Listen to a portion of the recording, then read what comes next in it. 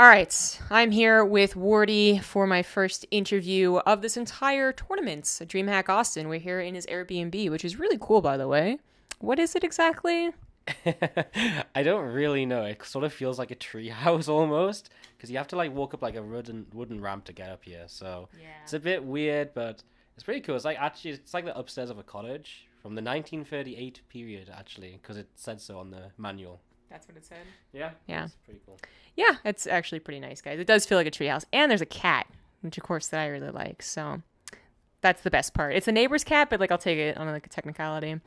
Anyways, I wanted to talk to you about a bunch of different things. So casting, Wardii TV. You recently took a month vacation, basically, and then just general WCS stuff as well as the actual tournament that we're at, which is DreamHack Austin. But I'll start things off with just letting you introduce yourself in case someone out there doesn't know who you are. Yeah, I'm Wardie, Jonathan Ward, I guess. Sometimes use my real name nowadays. Wow. It's kind of weird though, you know. Like I never use my real name, but yeah, I stream every day when I'm not traveling around, and yeah, I cast StarCraft. It's quite literally my life. So Yeah. Oh, you it's a you good know how life. it goes. It is. Yeah, exactly. I don't even know if I have to do this, but like Yeah. this is gonna be the test one, and I'll see what it's like on the on the video. The swaying microphone. Yeah, it'll be beautiful. It probably works just like this. It's actually a really good mic. The Zoom H1 handy recorder. Sponsor me, please. But anyways, so yeah, you've been casting for quite some time. You've been making the name for yourself. I mean, when would you say exactly you started making a name for yourself? Like people are to be like, oh, I kind of recognize that name, Wardie. It's kind of hard to say, I guess, because it was like a very slow build up for me. I guess maybe like 2014, 2015, because that's when I was in my final year of university, and that's when I sort of made the decision to try and go full time. So even though I would say maybe not a lot of people remember me from back then, I would say that that was maybe the first time where it was a bit more serious. So yeah, maybe around there, or like the year following that when I did first go full time, maybe. Okay. And then when was your first offline gig? So I think my first offline gig was WSG America's regional finals, which was 2016 October. Okay. So yeah, that was like kind of later on in that first year of being full time or so. Yeah. At any point in your career, even up to like today, did you actually think that you made it, or are you still in that kind of bewildered, like, well, I'm barely scraping by? I think I'm in that position where it's like it feels like I'm just on the borderline. Like some months it's like yes, and some months some months it's kind of like, well, is this justifiable? But I think I've made it, right. Like I think when you look at the big picture, like I did so many in the last like 6 to 7 months. I did a lot of offline events, and you know I did offline qualifiers. I did WCS and stuff, and I think when you look at that and how many places I got to go to, I think I can't say that I didn't make it. Yeah. I mean, I think that's fair. It's always difficult too, I guess, when you just feel like you don't, and then you have a bunch of people in Twitch Yeah, chat that are like, "Stop complaining. yeah. You're casting StarCraft I for a think the living." thing is, it comes in waves in like what we do, right? Because it's like, you know, for example, like earlier this year, I did like 3 or 4 offline events in 3 months, Hmm. and then like I haven't really done an offline event, a big offline event since March, I think. Okay. So it's been like, you know, from there it's like, well, have I made it? Because now I'm just sort of streaming, and obviously streaming doesn't make as much income as doing big offline events, so it's kind of hard to, again, you have to like look at the bigger picture, so it's hard to Yeah. pinpoint, I think. It definitely is. So today, or not today, this year you got to cast your first WCS official event, and I think there is a distinction for the public as to what difference that is between any other events. But just to like emphasize, to be a part of WCS means that Blizzard kind of like personally hires you. You're kind of more ingrained in the system. It's obviously all these points go to BlizzCon, so that makes it a little more prestigious. So it's usually a pretty big hallmark of a caster's career. So you went to Germany to do that. Were you expecting Beautiful that? Leipzig. Yeah, beautiful East Germany. Were you expecting this? Was it a big surprise? What was it? I really felt like I was at that point of, if it wasn't going to happen soon, it might not ever happen. So I feel as though I always have this approach of I never expect anything, because I think that's a very bad attitude to have, because then I think it can be very easy to get very negative about things like, oh, why on earth aren't I doing WCS or something like that. So it was a nice surprise, but I think it's fair to say that I feel like I was ready for it, because I had done a lot of other events, and I had done a lot of offline stuff with WESG, for example. I've been doing these events with like Rotterdam and other WCS based casters, so I think I was at that point where it was a nice surprise, but it wasn't like, oh my god, actually, like, so Okay. yeah, it was like a weird mix, I suppose. Yeah, no, I definitely get that. But kind of like a little more behind the scenes here. So, what are your thoughts on? Because you talked about mentality and like having the wrong mentality, and then sometimes thinking like if it's not going to happen, it's not going to happen. But I don't want to expect anything.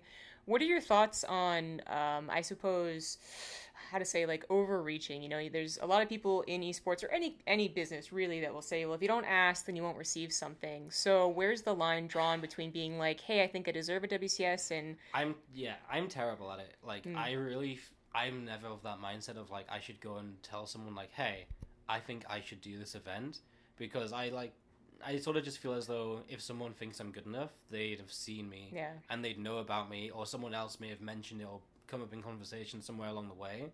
So I think it's really weird because I know a lot of people who have gone very far in esports, early StarCraft days and all sorts, from just reaching out and being like, hey, and putting themselves in the forefront a lot of the time.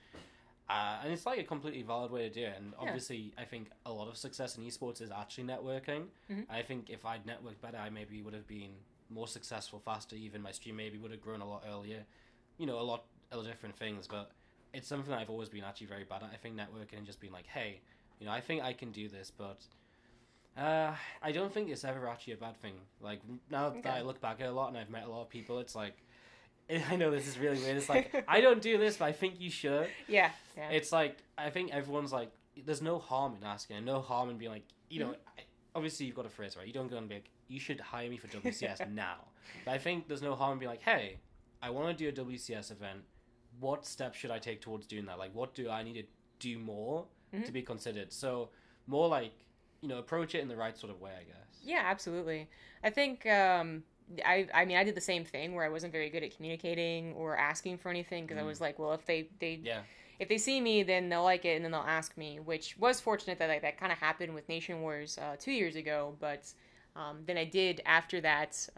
Fear Dragon actually was someone who was like, you know, you should really reach out to this guy who organizes, and I did, and you know, who knows if that really contributed to me being picked up from Montreal or not, but maybe it did, maybe it didn't. But it is hard. But then you get into this circumstance where you finally did it, and you're telling all these other youngins, like, make sure to reach out in a very appropriate way.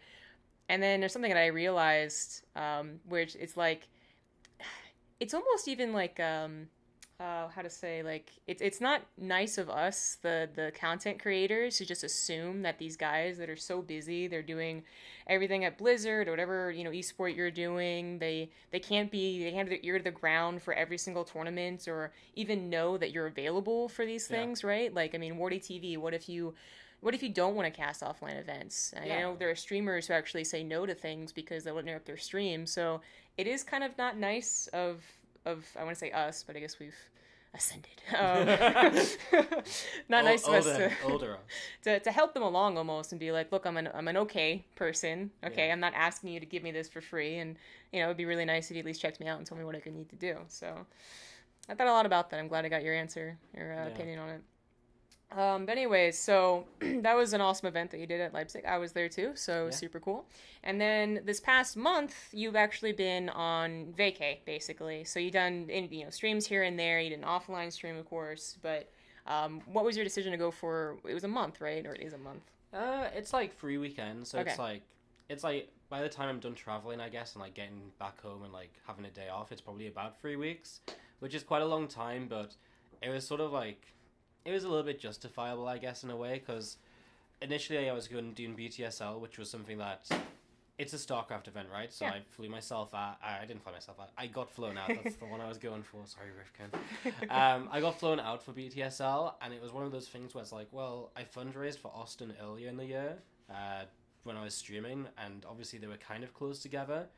And just the idea of like, it was like, do I take a flight home and then fly back out like a week and a half later? Because it's not a short flight either, because once I get to London I still have to connect to get home, so it's like at least 15 to 17 hours travel every time, which I know isn't like Australia standards. Like, I'm not trying to complain, Maynard but has like some words. if I have to choose between like an extra 34 hours travel or just like saving some money as well, because I was going to fly myself out of Austin, right?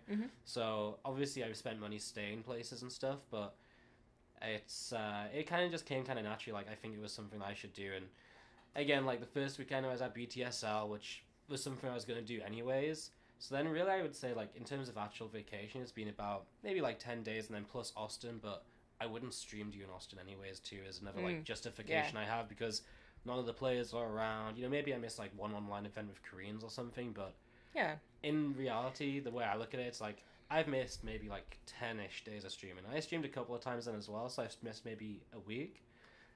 So it feels like a long time, but when I really kind of like look at it, it's not as much. And I think that's something that's very important to do when you're streaming because I think it's very easy to get hung up on like, oh my god, I have to stream every day. For sure. And it's like it's already so hard to balance when you're doing offline events.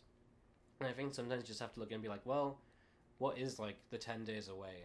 Yeah. On considering you're not going to stream here and here, and again, it feels extended, but I think the reality is when I get back to streaming in a week or so, the sub count's going to go back up, and the viewers are still going to be there. I'm still going to be able to produce my content. Mm-hmm. It just sort of made sense to take some time off, and obviously it's good to take some time off too. Yeah, exactly. That was going to be my follow-up question about like, do you think it's really important to take time off? But then, I guess there's two things, but I'll go with the first one. Hopefully I remember the other one after. But did I just forget it? I might have just forgotten it. I was going to say, like, do you find it really important? I think I find it really important, but I want to hear your thoughts on this. To go to events, not just to, like, relax and unwind, but also for networking. So I wouldn't say Austin's, like, vacation. Right. I would say, like, the past week and a half or so, I've been in New York and I was in Philadelphia. Mm-hmm. I would say that's vacation because I'm really there just to do what I want and just to have a good time. And, I streamed a couple of times, like I said, but that was vacation. But Austin is, like, not vacation for me. It's like it's great to see people, and obviously it's awesome to come out for an event, and it feels like a lot of fun. But I think one of the reasons that I did get picked up more as a caster was going to offline events and meeting people like Rotterdam, for example. Mm-hmm. And the more I talk to Wardii, the more I feel like Wardii was maybe likely to say to someone like, "Hey, you should check out Wardii or something," And it's really good for networking actually, like because yes. I just know there's really kind of a noticeable time in the past year or so, a year and a half, however long it's been now, where when I started networking with these guys at events, they started to host my stream more, and we just started to connect more. And then when you host them as well, it's not just like, oh, hey, thanks for the host, I know you run tournaments. It's like, oh, what, like, how's it going, sort of thing. And that's sort of like a weird stream thing where when their viewers see them, like, having a personal interaction with you, mm-hmm.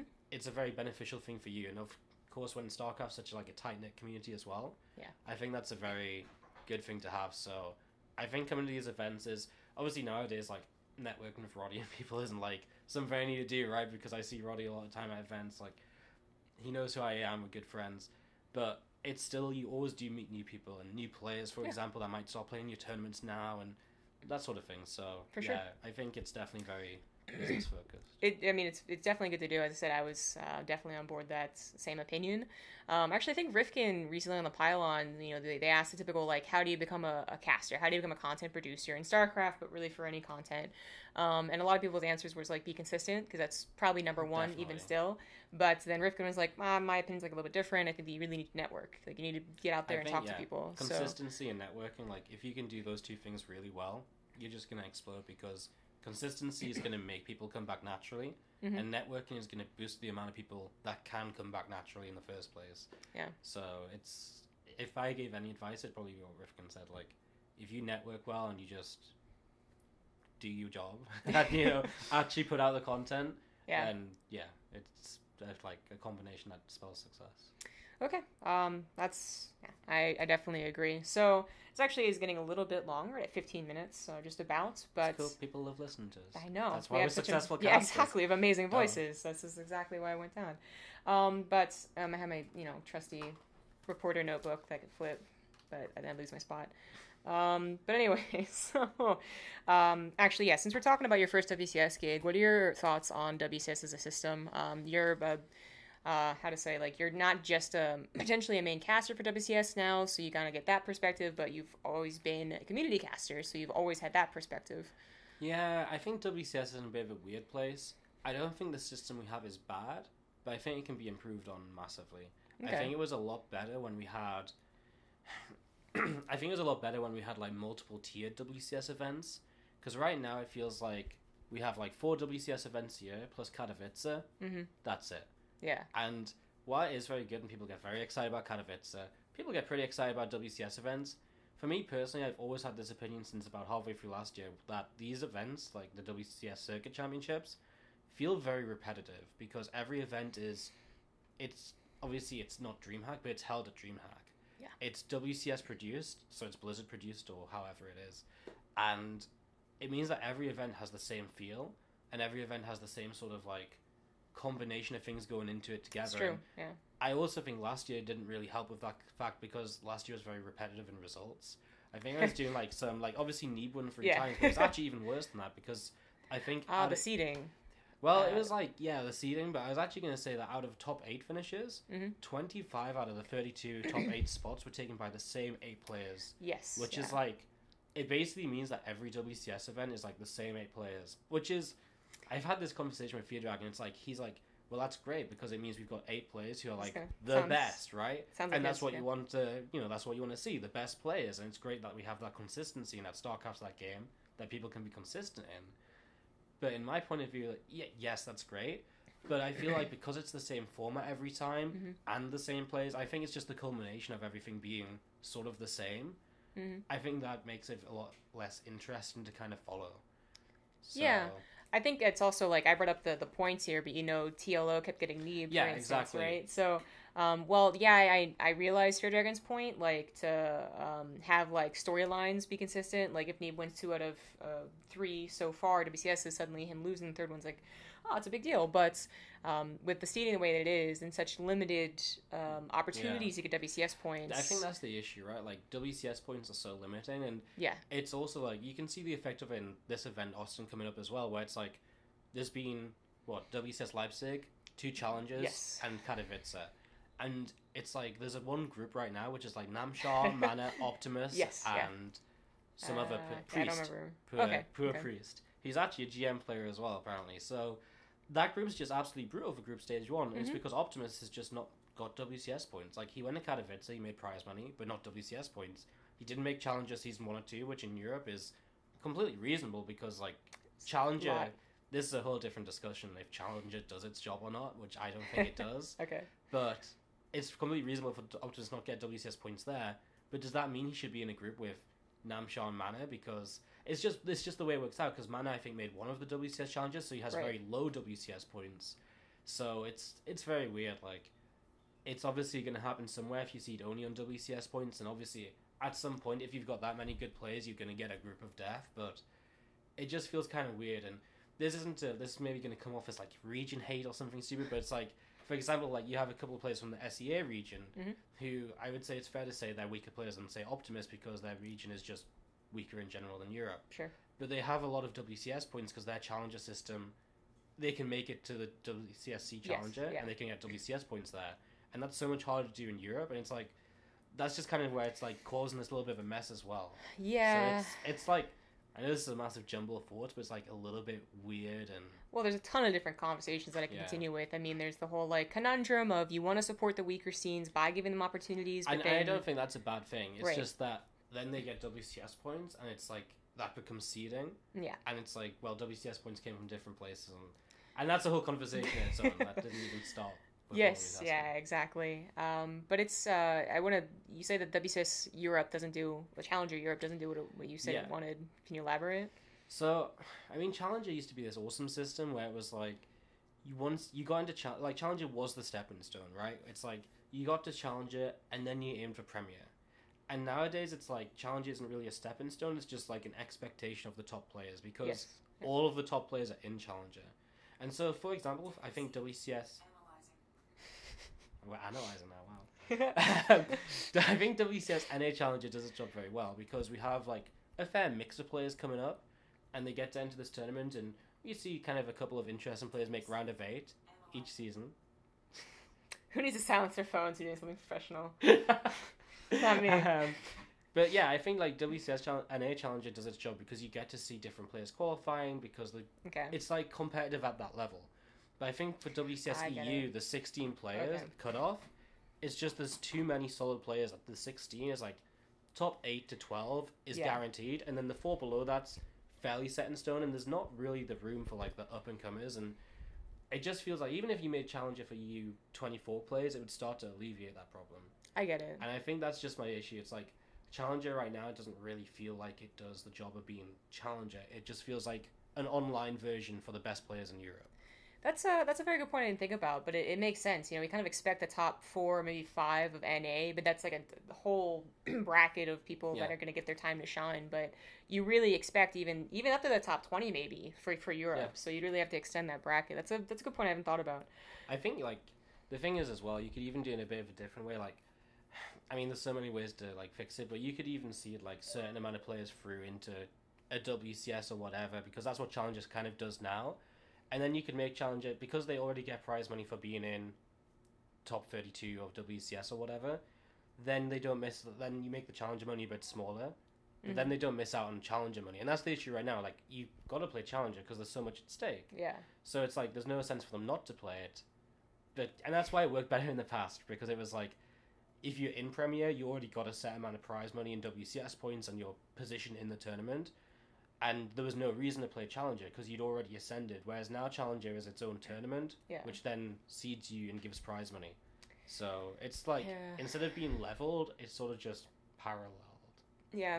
There's a ton of things to unravel for that. It's a big discussion. It's really something. I don't want to make this interview an hour long. But I guess kind of wrapping up a points about WCS. Maybe there'll be another interview just about WCS. But I thought this would be a bigger deal. I mean, it was a big deal when I learned about it, those insider secrets. But the community didn't really seem to have a positive response, sure, but not like a really big one. They recently started doing broadcast for Challenger again. Mm-hmm. You know, we had Fear Dragon, Cats, Nate, and In Control. I don't think I forgot anyone, but casting Challenger again. And that was something that, of course, Europe has had for a while, I guess, with the ESL studio. But NA, you know, lacked out on. That's what Nate used to do with Wardii years and years ago. Do you think that it's important? It's almost like Challenger is kind of that, it was in my mind back in the day one of the first stepping stones. It was like Challenger for casters. It was where people got noticed for doing kind of the stuff up until a big WCS. How important do you think it is to actually get these newer casters, like kind of us included, right? Like we have our top dogs that have been in the casting scene for a long time. In Control, Nate again, Todd, Roddy, whatever, and then we have all these newcomers, and there's not too many offline gigs or too many like high profile gigs that they can really get a lot of experience from. So do you think it's a really important thing, or do you think it's actually okay as it is? It's weird because I think what they did with Challenger in the broadcast is very important for Challenger in itself. And I think the issue is it's just so difficult to make an event where they can fly people out, especially with how they've changed it, right? Because they've changed it to be this thing that plays week by week. And so obviously the forecasters they got were people who were based in California, right? Which is, like, you can understand that. I mean, I think the obvious answer from my point of view is, I think it'd be great if they gave it as a chance to maybe, like, obviously, like, you put Wardii on or In Control or Nate, and you combo him with, like, you know, Fear Dragon and those guys, and, like, you make the combination. I think it's like, for now it was fine, but I think maybe if you ask me this in like a couple of months when there's been a couple more challenges and it's been the same forecasters again, I'd be a bit saltier, I guess. And it's like, I guess I'm not really salty because I know for a fact it's just not going to happen because it's like budget constraints and they have to fly people regularly to California because that's where the studio they're doing it is, which is fair enough. But then I wonder if like they really needed to make Challenger this week by week thing. I mean, it's a whole discussion again on its own where it's like, it's like, do we need it as... I don't think we need it as, like, casters. Like, yes, it'd be great to be able to do Challenger as a caster and get paid for it because it's another payday, obviously, but I wouldn't say it's the end of the world that we don't. But again, I mean, you could look at it as someone who's about to break through into, like, WCS, and that could be their stepping stone as well, like you were saying, so... Yeah, I guess so. It's an interest. I didn't really think about that at all. Yeah, and actually continuing on, because, like, you know, F the length of this interview. But it's actually, it's a conversation I've had with Fear Dragon before. You know, in NA, there's Cheesadelphia, there's Kings of the North, there's DC Lands even. Yeah. But there really isn't a lot of opportunity for offline. I'm even saying just offline gigs. Like, not even high profile, hundreds, maybe 1,000 viewers. Just something offline. Yeah, that's very true, actually. It's very difficult to get that sort of... It's almost like you have to make it online to get offline, which doesn't make sense because then when you get hired to do something offline, it's completely different. It is. Which is why I think I was quite fortunate that I got to do WSG because that was a really good intro to do an offline events For sure. into being able to, like, when I got hired for WCS, I went into WCS feeling confident because it was like, this is something I've done before. Like, yes, it's WCS, but I've casted with these guys before. I've stood in front of a camera on a desk before. I've done this sort of work, so I think I can do myself justice. It is tough. Like, I think, like, It is. yeah, I think, like, if you're asking me, like, you're always going to get that point of view where, yeah, give us more stuff to cast, but... Yeah, of course. But it kind of leads into this other this conversation of just, like, I mean, what do you think of the casting scene right now? There's always people out there who say, like, I want to be a caster, like, I want to know what to do, and that's kind of an old, like, rehashed topic, but then what do you think about the casting scene as is? You have a couple of newcomers coming to WCS, kind of us, right? And then you have... It's kind of hard to think about people who might be the next up-and-comers past that point. Do you think that's us being, you know, king of the castles and we're ignoring all the peasants? I think the issue is that there just isn't enough stuff to prove yourself on anymore. And I think it's like, to be able to get to this sort of stage, which we got to, is so difficult now, because what do you cast to do that? Mm-hmm. It's like, you can cast Go for SC2 every Sunday. Cool, you can cast another $100 cup here and there. But there's just, like, all of those have so many casters already, right? And there isn't as many of them as there used to be. And I mean, I got into casting running my own tournaments. Like, I always cast my own tournaments. And something that actually hurt me a little bit, that I didn't try and cast other stuff when it was there. Okay. Because I think that I was very stubborn. I was like, oh, well, I just cast my own stuff. Because for me, it was just a hobby. Like, I wasn't trying to become a caster. I was just having fun running tournaments originally. I wanted to become a caster a lot later. So it's kind of weird, because it's like, now I feel like if you actually want to get into casting, to be able to put yourself out there and your name out there enough, you have to be able to be like, yo, I'm just gonna, like, you have to, like, run your own stuff. Yeah, because what else do you cast? Like, you can get on top of, I think the issue is, if you go on top of, like, OSC events, for example, you have to cast on the OSC channel. Yeah. And then you're building the OSC brand. And yes, you get experience as a caster, but I think then it's very difficult to peel yourself away and be like, hey, look at me. You know? Yeah. It's really difficult. Like, I actually think it's the casting growing scene is in a very bad spot right now, and that's it's just tough to see how it could change, because it's just simply like there's less stuff going on, and it's very hard to compete with the stuff that is going on, because, you know, we still have, like, stuff I do, stuff that Gauntlet does, stuff Base Trade does. That's all going on as well. So it's like, if you do start running your own stuff, where do you slide it in to make people interested? And again, how do you put that much time in? How do you put that much money in without ever the promise of getting anything out? It's very difficult. Yeah, that's a very good point. I was just thinking as you were talking, you know, back when I was getting into casting, it all started off with the same like anyone else, like a bunch of clan wars that were crappy, a couple of co-casts on YouTube, but it was under my brand, so like even that's already a little bit different. But even then, you know, you had MLG community casts. That's kind of where I like made my first mini break. Then you had DreamHack community casts, which I guess still kind of happen, but they don't seem to be as, I don't know, coveted anymore. Is that the right word? But do you say WCS community casts? Well, I guess actually WCS community cast does it too. I think WCS community casters are kind of like just dead now. Yeah, like, it's like, I think it's like, you get viewers if Base Trade and myself log off at the end of the day, and you're like the one guy slogging along. Yeah, exactly. And it's like, but that's just a tough reality, because, like, you know, we have to cast those events if we want to make money on our streams to be able to cast StarCraft. Yeah, so it's just that sort of thing. Stop. Yeah, exactly. And it's like, before, that used to be like, you know, that used to be fine, but nowadays it's just like, well, if that event's taken, then what else does the next person along do? And there used to be more answers for that than there is now. I feel like there used to be this, like, everyone would clamor to get the best games for these tournaments, whatever they would be in, like, 4 years ago. But because there were so many, like, players, like, I remember if you managed to get Jadong's group, then suddenly you did get a spike of, like, 1,000 viewers, and that was a good way to introduce yourself. That still happens a little bit nowadays, right? But I think so many people are just so set in the fact of, just because there's established casters or established community casters way more than there used to be, now it's kind of just like, well, if they're you know, they just expect to watch those streams. I know, like, if there's a really good match going on, you still see the spikes in other streams, but it's never as much, and I still feel people don't get recognition from that as much as they used to anymore. Yeah, no, I definitely agree. It's a good point. I think in the past,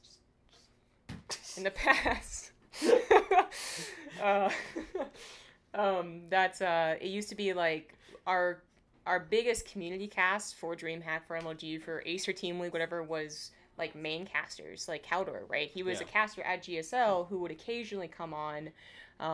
Actually, Ace of Team Straight Cup was a whole different story, but they occasionally come on and do it, but they weren't really like the community casters who did Yeah. literally everything, like what you and Base Trade really, and just Gauntlet as well, have set themselves as. Yeah. So that is a very stark difference that I wasn't thinking of. And even to the WCS thing, like that's the other break that I had was WCS European Online, which was a very different format, but it was still a big deal.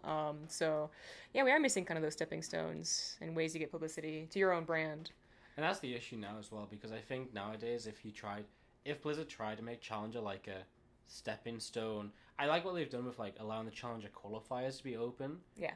And then like again, like maybe the step beyond that could be again the stepping stone, but then again, like it costs them money. Even if they do it more remotely and over one weekend, it's like if you have other casters there, people are just gonna be like, "Where's Roddy? Where's Nick in control?" And it's just simply because it's one of those things nowadays where people expect him there, and Roddy's not busy enough to say no. Yeah. So it's like for Blizzard, it's like, well, why shouldn't we? Yeah, it's well, I guess it comes with kind of a smaller market, but I really like your point about the brands as well. Like it is so much easier to be hired for other channels basically and kind of grow their brand as well. But no, that's some pretty good thoughts. I'm gonna finish this interview up because it's getting quite long, but we've talked briefly before the video even started about other esports, really Fortnite, right? So what are your opinions on expanding your brand, I guess, as a more, I mean, not a variety streamer really, but having that other game that you play? Is it important? Is it unnecessary? Is it? I think it's a very weird situation again, where I think it's always good to do it, but it's very difficult to do it. I'd love to expand myself and just be someone that can be contacted by like ESL UK and be like, hey, we've got a XYZ tournament this weekend. Can you come and commentate it or something?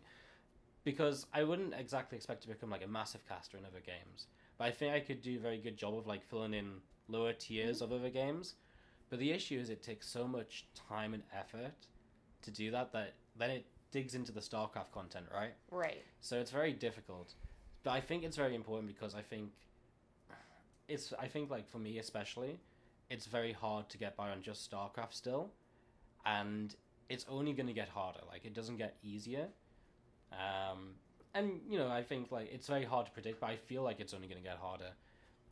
It might get easier. Like StarCraft's got a bit of an upward trend. Like my viewership's going up and stuff. Like I'm not saying StarCraft is dying out, dead game, but it's never easy because you have to consistently find ways to make money to run events, and you have to consistently make sure the events are interesting enough with the players. And I guess it being difficult or getting harder isn't the idea. It's just it's daunting because there's so many variables at play that if suddenly like if next year like a bunch of players retire and suddenly there isn't enough players to play all the online cups, suddenly my content starts to disappear, and then suddenly I need to do something else. So I think it's always, as a business plan, good to have like a backup. And yeah, I don't know, like it's always good, but like I always feel bad because whenever I try and put time into something else, I'm like, well, I could have just made another StarCraft video, or I could have streamed ladder or something, and like, right, and again, it's like you got to look at the bigger picture where it's like right now, if I streamed ladder, a lot more people would probably like it, and a lot more people probably would have tuned in. Maybe I would have got more support. It would have been a better stream, but at the same time, I think like, I'm not trying to become a variety streamer, but I think just playing other games not only kind of helps you take a bit of a break from StarCraft, but it also helps you offer that idea of variety. And for example, like people know I played a lot of PUBG in the last year or so, and I played a lot of Fortnite very recently as well. And those are games I'd be very interested in getting into on like not like as my main game, but something that I'm good enough at, and I'm able to be like, hey, I'm someone that can do like Fortnite content if you need me. So like it's just that extra like supplement to keep the StarCraft going. Yeah, I guess.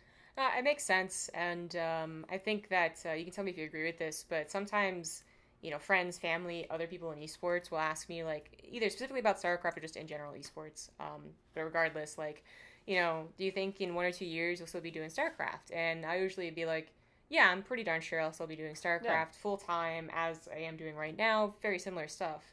But then they're like, oh, okay, that's cool. So like, what about our 5, like, or 10 years? And I'm like, yeah, I don't know.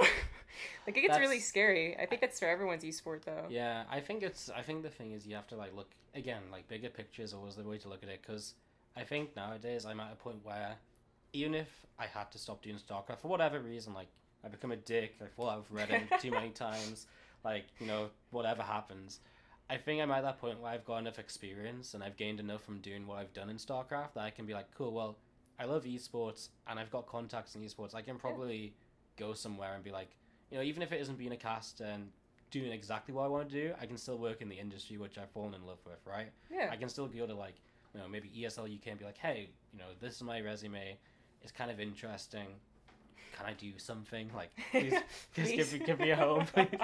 Yeah, but I think that's something to keep in mind. It's something I always try and keep in mind myself, where it helps me focus on StarCraft, because I'm like, what I'm doing, even though it isn't necessarily expanding, it's still overall a very good collection of experiences to go forwards with. Yeah, it's a growing market no matter what esport you're in, so it's like, well, hopefully there's still these open jobs. Yeah, it's okay, because Warcraft 4 is going to come out, and then we'll just move to Warcraft 4. Spoiler alert. No. Spoiler, insider info.